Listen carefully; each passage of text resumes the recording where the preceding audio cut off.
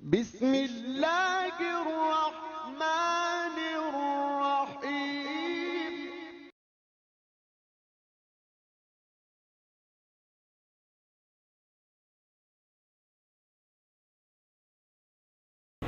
الحمدللہ وحدہ والصلاة والسلام علی من لا نبی بعدہ صاحب التاج والنعمان سید الانس والجنات محبوب رب الارض والسماوات الذي اسمه مكتوب في الإنجيل والتوراة أرسله الله تعالى بالحق بشيرا ونذيرا وداعيا إلى الله بإذنه وسراجا منيرا قال الله تبارك وتعالى في القرآن المجيد والفرقان الحميد أذن للذين يقاتلون بأنهم ظلموا وإن الله على نصرهم لقدير وقال تعالى في مقام آخر وما لكم لا تقاتلون في سبيل الله والمستضعفين من الرجال والنساء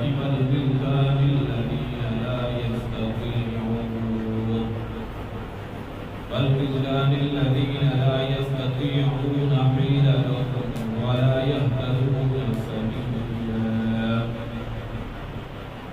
وقال تعالى في مقام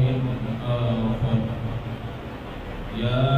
أيها النبي حرض المؤمنين على القتال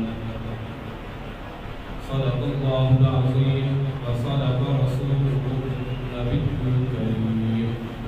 ونحن على ذلك لمن الشاهدين والشاهدين والحمد لله رب العالمين.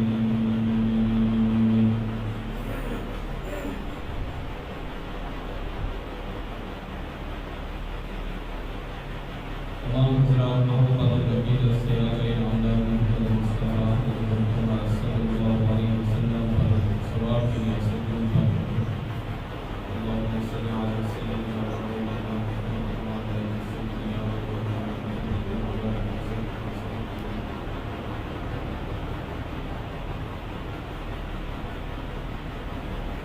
میرے متحر قصت عظیم تقریب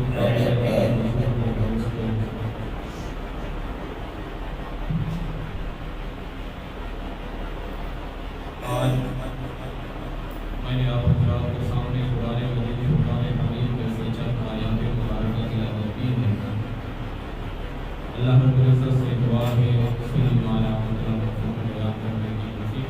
فرمائے اور ہم سب کو اس پر عمل پیدا ہونے کی توفیق عطا فرمائے. جو آیات مبارکہ قرآن مجید فرقان حمید میں سے پڑھی گئی ان میں سے ایک آیات مبارکہ ہے یا ایھا النبی حرض المؤمنین علی القتال. اللہ تبارک و تعالی حضور نبی پاک صلی اللہ علیہ وسلم سے خطاب کرتے ہوئے فرماتے ہیں اے نبی مومنین کو ایمان والوں کو ان لوگوں کو جس نے آپ کے ہاتھ میں بیعت کی جنہوں نے آپ کے ہاتھ میں ہاتھ دے کر کلمہ پڑھ کے ایمان کے اندر داخل ہوئے اپنے جانثاروں کو اپنے شاگردوں کو جہاد کے لیے اٹھائیے انہیں جہاد کے لیے تیار کیجیے. حضور پاک صلی اللہ علیہ وسلم جب مدینہ طیبہ کے اندر اللہ تبارک و تعالیٰ کی یہ آیات مبارکہ اتری اور بعض مفسرین فرماتے ہیں کہ جہاد کے لیے سب سے پہلے اترنے والی آیات جو ہے اُذِنَ لِلَّذِينَ يُقَاتَلُونَ بِأَنَّهُمْ ظُلِمُوا، یہ تھی۔ بعض فرماتے ہیں وَقَاتِلُوا فِي سَبِيلِ اللَّهِ الَّذِينَ يُقَاتِلُونَكُمْ، یہ آیات جہاد کے لیے سب سے پہلے اتری۔ الغرض جو بھی آیات مبارکہ جہاد کے لیے پہلے اتری، اللہ تبارک و تعالی غور کریں کیا فرما رہے ہیں۔ اُذِنَ لِلَّذِينَ يُقَاتَلُونَ بِأَنَّهُمْ ظُلِمُوا، اے میرے پیارے حبیب، جو لوگ آپ پر ظلم کرتے ہیں، جو لوگ ایمان والوں پر ظلم کرتے ہیں، پہل وہ کرتے ہیں، پھر آپ کو بھی اجازت ہے آپ بھی ان کے خلاف لڑیں، آپ کو اجازت ہے آپ بھی ان کے خلاف میدان کے اندر اتریے۔ پھر دنیا نے دیکھا جس وقت جنگ بدر ہوئی، جنگ بدر کے اندر اللہ تبارک و تعالیٰ نے کافروں کو مسمار کیا، کافروں کو ذلت اور رسوائی اٹھانی پڑی، بڑے بڑے عرب کے کافر قتل کر دیے گئے، بڑے بڑے عرب کے کافر ناکام و نامراد بن کے ہمیشہ کے لیے جہنم کا ایندھن بن گئے۔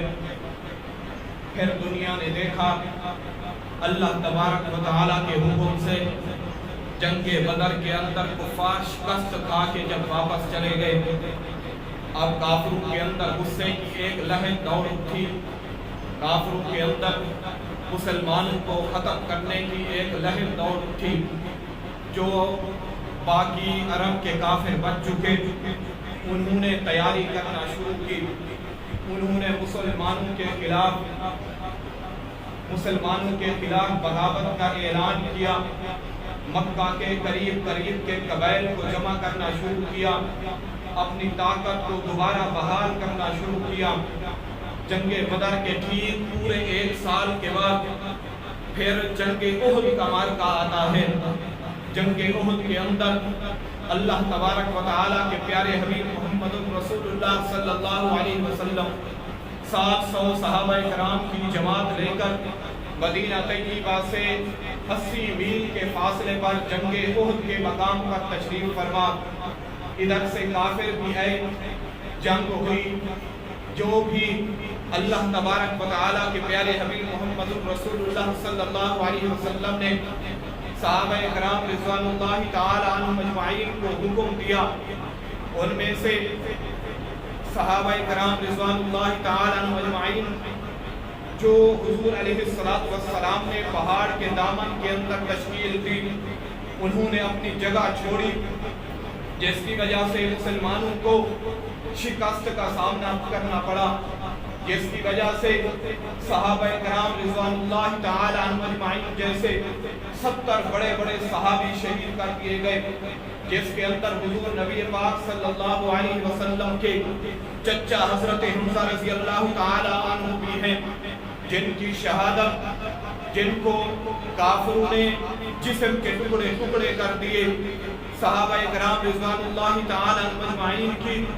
اس بڑی شہادت کے ساتھ ساتھ نبی پاک صلی اللہ علیہ وسلم کے دانت مبارک بھی زخمی کر دیے گئے،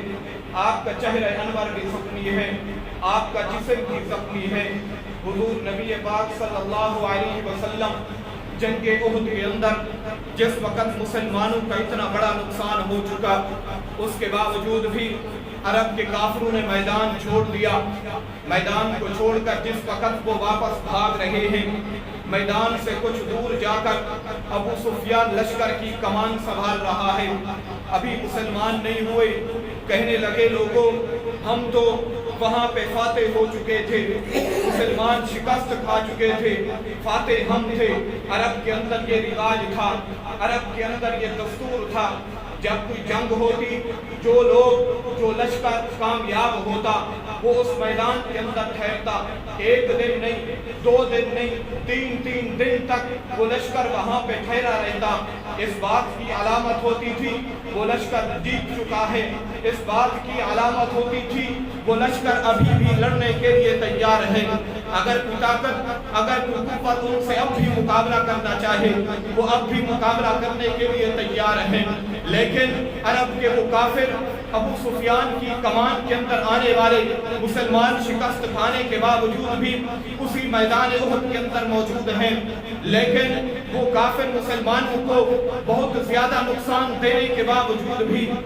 احد کا میدان چھوڑ کے بھاگ رہے ہیں۔ ابو سفیان نے جس وقت اپنے لوگوں کو جمع کر کے دوبارہ ان کو غصہ دلانا چاہا، دوبارہ ان کو غیرت دلانی چاہی کہ ہمیں تو چاہیے تھا ہم اس میدان کے اندر ٹھہرتے، ہم فاتح بن چکے ہیں، ہم نے مسلمانوں کو بہت زیادہ نقصان پہنچایا ہے۔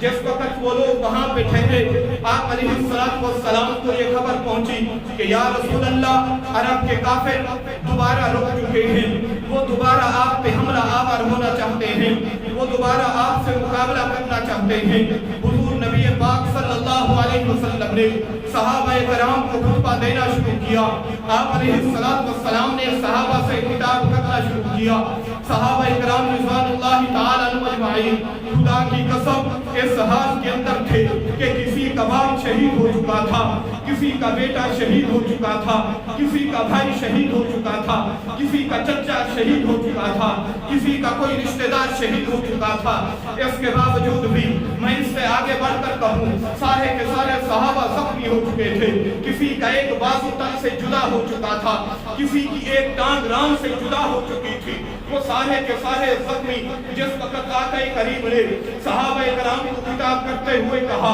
اے میرے صحابہ، عرب کا کافر دوبارہ آپ پہ حملہ آور ہونا چاہتا ہے، وہ آپ سے دوبارہ مقابلہ کرنا چاہتا ہے، وہ سارے کے سارے صحابہ زخمی حالت کے اندر بکھرے شیر کی طرح اٹھ کھڑے ہوئے اور اٹھ کر اللہ اکبر کی صدائیں بلند کرتے ہوئے آقا کریم سے خطاب کرتے ہوئے فرماتے ہیں یا رسول اللہ، ہم دوبارہ لڑنے کے لیے تیار ہیں، ہم دوبارہ آپ علیہ السلام کے حکم کی تعمیل کرنے کے لیے تیار ہیں۔ یا رسول اللہ، ہم اس بات کا بغیر فکر کیے کہ ہم زخمی ہو چکے، ہمارے ابو اجداد، ہمارے کتنے ساتھی شہید ہو چکے، ہم میں سے کسی کا دادا شہید ہو چکا، کسی کا باپ شہید ہو چکا، کسی کا کوئی شہید ہو چکا، لیکن اس عالم کے اندر بھی صحابہ کرام کی جوتوں پہ قربان جاؤں، میں صحابہ کے نام پہ قربان جاؤں، میں صحابہ کی عزت و ناموس پہ قربان جاؤں، میں کن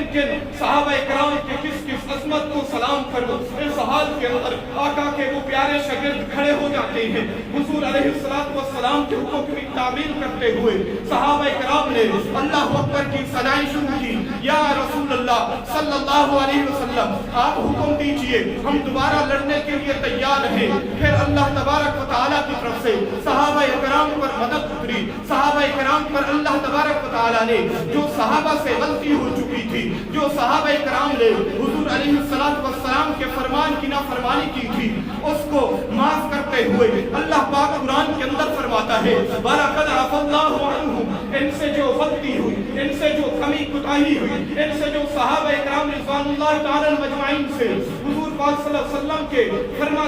فرمان کی نافرمانی ہوئی، اللہ فرماتے ہیں میں نے اس جذبے کو، میں نے ان کی اس قوت اور بہادری کو، میں نے اللہ اور اس کے رسول کی اس محبت کو دیکھتے ہوئے اللہ فرماتے ہیں میں نے اس کے ان کی نافرمانی کو معاف کر دیا۔ کتنا بڑی بات ہے قرآن کی آپ جو بھی آیت اٹھائیں، اگر اللہ تبارک و تعالیٰ نے کہیں پہ صحابہ اکرام کی کسی غلطی کو بیان کیا ہے تو اس غلطی کو ساتھ میں اللہ نے معافی کے اعلان کو بھی ساتھ میں ذکر فرمایا۔ یہ جنگ احد کا واقعہ اصل میں آج جہاد پہ بات کرنی ہے۔ جہاد ایک ایسا موضوع ہے، جہاد ایک ایسا عنوان ہے، جس طرح نماز، روزہ، حج، زکوٰۃ اللہ تبارک و تعالیٰ کے قطعی حکم ہے، جن کا حکم اللہ نے قرآن کے اندر اتارا ہے انہیں نص قطعی کہتے ہیں، قرآن کو، آیات کو۔ کہ جو اللہ تبارک و تعالیٰ کے دین اسلام کے یہ جو ارکان ہیں، نماز، روزہ، حج، زکوٰۃ، یاد رکھیے ان میں سے کسی ایک کا انکار کرنے والا کافر ہے، دائرہ اسلام سے خارج ہے۔ بالکل اسی طرح بعینہ جیسے نماز کا انکار کرنے والا کافر ہے، ویسے ہی جہاد کا انکار کرنے والا بھی کافر ہے۔ جہاد کے لیے اللہ نے قرآن کے اندر 1 2 3 4 آیات نہیں، 450 سے زائد آیات اللہ نے قرآن کے اندر جہاد کی اتاری۔ جہاد ہی وہ چیز ہے جس سے مسلمان کی بقا ہے، جہاد ہی وہ چیز ہے جس سے انسان کی، مسلمان کی عظمت ہے، جہاد ہی وہ چیز ہے جس سے مسلمان کی عزت محفوظ ہے، جہاد ہی وہ چیز ہے جس سے مسلمانوں کے عبادت گاہیں محفوظ ہے، جہاد ہی وہ چیز ہے جس سے دین محفوظ ہے، قرآن محفوظ ہے۔ اگر جس وقت امت جہاد کو چھوڑے گی، آقا کریم نے فرمایا جس وقت امت جہاد کو چھوڑے گی اس وقت اس امت پر گمراہی اور ذلت جو ہے چھا جائے گی۔ آج میرا اصل مقصد بیان کرنا قبلہ اول مسجد اقصی پر ہے۔ آج کم از کم 1.25 سال ہو چکے قبلہ اول مسجد اقصی اور وہاں کے رہنے والے مسلمان اور وہاں کے رہنے والے باسی جنہوں نے نبی پاک صلی اللہ علیہ وسلم اور صحابہ اکرام رضوان اللہ تعالی عنہم اجمعین کی سنت، صحابہ اکرام رضوان اللہ تعالی عنہم اجمعین کی طرح جیسے حضور علیہ السلام کے صحابہ کافروں کی بڑی بڑی سلطنتیں، قیصر، روم، ایران، فارس، ان بڑی بڑی سلطنتوں سے ٹکرا گئے، ان بڑے بڑے بادشاہوں اور بڑی بڑی فوجوں سے ٹکرا گئے، بغیر کسی ڈر کے، بغیر کسی خوف کے اللہ اور اس کے رسول کی غلامی کو ان لوگوں نے ایسے قبول کیا۔ پھر دنیا نے دیکھا جس وقت قیصر اور روم کے بادشاہ کے پاس صحابہ میں سے 70 صحابہ گرفتار کر کے سامنے پیش کیے گئے، ان میں سے ایک وہ صحابی بھی تھا جس کا حسن، جس کی خوبصورتی، جس کی جوانی، جو گلی کے اندر گزرتا تھا لوگ ایڑیاں اٹھا اٹھا کے اس کے حسن کو دیکھا کرتے تھے، جو گلی کے اندر گزرتا تھا اس کے دیدار کے لیے لوگ پاؤں کے بل کھڑے ہو کر اس کے دیدار کو دیکھتے تھے، اس کی خوبصورتی کو دیکھتے تھے۔ دنیا جسے حضرت حذیفہ سہمی رضی اللہ تعالیٰ عنہ کے نام سے یاد کرتی ہے، جس وقت قیصر روم کے بادشاہ نے صحابہ اکرام کو گرفتار کرایا، ان 70 صحابہ میں سے ایک حضرت حذیفہ سہمی بھی ہیں، لین کے اندر صحابہ گرفتار کھڑے ہیں، ہاتھ باندھے ہوئے ہیں، پاؤں کے اندر بیڑیاں موجود ہیں۔ جس وقت قیصر روم کے بادشاہ کی نظر حضرت حذیفہ سہمی پہ پڑتی ہے، وہ دیکھتے ہی اس نوجوان پہ اس کی نظر رک جاتی ہے اور اپنے لوگوں کو، اپنے سپاہیوں کو حکم دیتا ہے اس کو چھوڑ کے ایک سائڈ پہ کھڑا کر دو۔ جب حضرت حذیفہ سہمی کو رہا کر کے ایک سائڈ پہ کھڑا کیا جاتا ہے، وہ قیصر روم کا بادشاہ حضرت حذیفہ سہمی کی طرف متوجہ ہوتے ہوئے کہنے لگا، اے نوجوان بڑا خوبصورت ہے، اے نوجوان تیری خوبصورتی کی انتہا نہیں، اے نوجوان تو میرے ساتھ آ جا، میں تجھے قیصر روم کی بادشاہت عطا فرماؤں گا، میں تجھے اپنی حکمرانی کی آدھی سلطنت عطا فرماؤں گا، میں تجھ سے اپنی خوبصورت بیٹی کا نکاح لینے کے لیے تیار ہوں۔ اے نوجوان لیکن صرف میری ایک شرط ہے، تو محمد رسول اللہ صلی اللہ علیہ وسلم کی غلامی کو چھوڑ دے، تو کلمہ طیبہ سے ہٹ جا، دوبارہ تو لات منات عزا کی پوجا کے لیے آ جا، میں تجھے یہ بڑے بڑے انعامات سے نوازوں گا، میں تجھے بڑے بڑے اکرامات سے نوازوں گا۔ اس پیارے پیغمبر کے صحابی حضور علیہ السلام کے ہاتھ پہ بیعت کرنے والے، آقا کریم کی غلامی کو حاصل کرنے والے حضرت حذیفہ سہمی کا بساوا کے نوجوان مسلمانوں بزرگوں اپنے دلوں پہ ہاتھ رکھ کے اس نوجوان کا جواب سنو، تمہارا ایمان تازہ ہو۔ حضرت حذیفہ سہمی فرماتے ہیں، اے ظالم، اے بادشاہ، تو مجھے پوری دنیا کی سلطنت عطا کر دے، تو مجھے پوری دنیا کی حکمرانی عطا کر دے، خدا کی قسم اٹھا کے کہتا ہوں مرنا تو قبول کروں گا لیکن محمد رسول اللہ کی غلامی سے پیچھے نہیں۔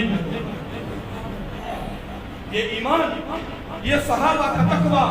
یہ صحابہ کی طہارت، یہ صحابہ کی پاکداری، یہ صحابہ کرام کا عزم، یہ صحابہ کرام کا تقویٰ، یہ تقوی سے ملنے والی ان کو طاقت، استقامت جو اللہ تبارک و تعالیٰ نے عطا فرمائی تھی. خدا کی قسم آج کی جو لڑائیاں لڑی جا رہی ہیں یہ تو ہتھیاروں کی لڑائیاں ہیں. صحابہ کرام نے میدانوں کے اندر اپنی جسموں کی طاقتوں سے لڑائیاں لڑی ہیں، انہوں نے تلوار اور نیزے سے لڑائیاں لڑی ہیں. ان کے اپنی آنکھوں کے سامنے ان کے اپنے پیارے، ان کے اندر ان کی مائیں تھی، ان کے بچے تھے، ان کے نوجوان تھے، ان کے سفید ریش باب بزرگی کے عالم کے اندر خدا کی قسم ٹکڑے ٹکڑے کر دیے گئے. لیکن خدا کی قسم ان کے ایمان کے اندر، ان کے جذبے کے اندر حضور پاک صلی اللہ علیہ وسلم سے ان کی محبت اتنا بڑھ چکی تھی، ان کے ایمان اور جذبے کے اندر کمی نہیں ہے. اس ایمان اور جذبے کو سامنے رکھتے ہوئے میں آج سے 1450 سال پہلے صحابہ اکرام کی واقعات کو چھوڑتا ہوں. میں آپ کو آج قبلہ اول فلسطین کی سرزمین پہ لے جا کر قبلہ اول کے ان باسیوں کی داستان سنانا چاہتا ہوں جو صحابہ اکرام رضوان اللہ تعالیٰ عنہ اجمعین کے دستور عمل، صحابہ کے مشن اور آپ علیہ السلام کے دین کی بقا کے لیے جیسے حضور کے صحابہ ڈٹے تھے میدان کے اندر کافر کے اندر، آج وہ بھی بڑے بڑے یہود و نصارہ امریکہ جیسے عالمی ملک اور اسرائیل جیسے باغلے کتے کے سامنے ٹکے ہوئے ہیں. خدا کی قسم آج 7 سال گزر جانے کے باوجود ان کے چھوٹے چھوٹے بچوں کا خون دریاؤں کی طرح بہ رہا ہے، ان کے بچوں کے لوتھڑے اور ٹکڑے فضاؤں کے اندر بکھیر دیے گئے. ان کی مائیں جو سفید ریشی کے اندر ان کی مائیں جن کے سر سفید ہو چکے ہیں، رو رو ان کی آنکھوں میں آنسو ختم ہو چکے ہیں. ان کے وہ نوجوان جو بیچارے جن کا تعلیم حاصل کرنے کا، جن کا آپ علیہ السلام کے دین کی اشاعت کا دورہ تھا، انہوں نے اپنی جوانیت قربان کر دی. وہ مائیں جو اپنی بچوں کو پرورش کر رہی تھی، وہ مائیں جو اپنے چھوٹے چھوٹے بلاتے بچوں کو اپنے سینوں سے لگا کے دودھ پلا رہی تھی، وہ مائیں ٹکڑے ٹکڑے کر دیے گئے، وہ بچے ٹکڑے ٹکڑے کر دیے گئے، وہ بوڑھے ٹکڑے ٹکڑے کر دیے گئے. خدا کی قسم ایسی ایسی ویڈیو آتی ہیں، ایسی ایسی تصویریں آتی ہیں، دیکھ کے سن کے دل دہل جاتے ہیں، دل پھٹتے ہیں. کن کے سامنے ہم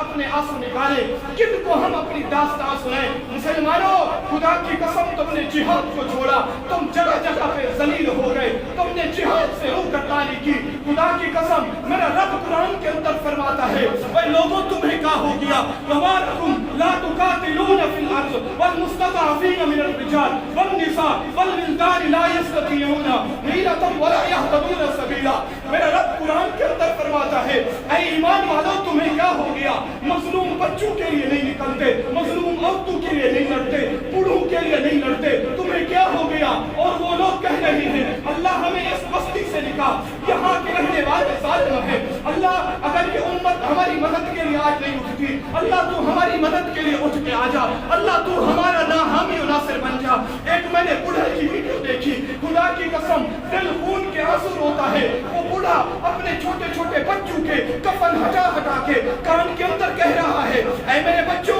ابھی تھوڑی دیر کے بعد تم قبر کی پتال میں اتار دیے جاؤ گے. اے میرے بچوں جب تم حضور علیہ السلام سے جا کے ملاقات کرو اور جا کے محمد رسول اللہ کو کہہ دینا کہ تیری امت نے ہمیں اکیلا چھوڑ دیا، تیری امت نے ہمیں تنہا کر دیا، تیری امت ہمارے کے لیے نہ آئی، ہماری عورتوں کی عزت بمال کر دی گئی، ہمارے بچوں کو بے دردی سے شہید کر دیا گیا. تیرے اتنا بڑے گھر قبلہ اول مسجد اقصی کو آج بھی یہودی ہماری مسجد کو بدلنے کے لیے تیار ہے. اگر انڈیا کے اندر ہماری بابری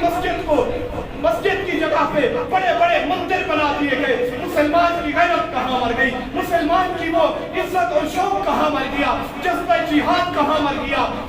صلاح الدین ایوبی کا جذبہ کہاں گیا، محمد بن قاسم کا جذبہ کہاں گیا؟ آج ہم صرف باتیں کرنے کے لیے رہ گئے. خدا کی قسم اگر ایسا رہا ایک وقت وہ آئے گا جب یہ کافر، جب یہ اسرائیلی باغلا کتا، جب امریکہ جیسے، برطانیہ جیسے بڑے بڑے یہود و نصارہ کے ملک خدا کی قسم مسلمانوں پہ چڑھ دوڑیں گے، مسلمانوں کو مسمار کر دیں گے، اس سے پہلے کہ مسلمانوں کے تم میں ذلت تم پر چھا جائے، غلامی تم پر چھا جائے۔ اٹھ جاؤ،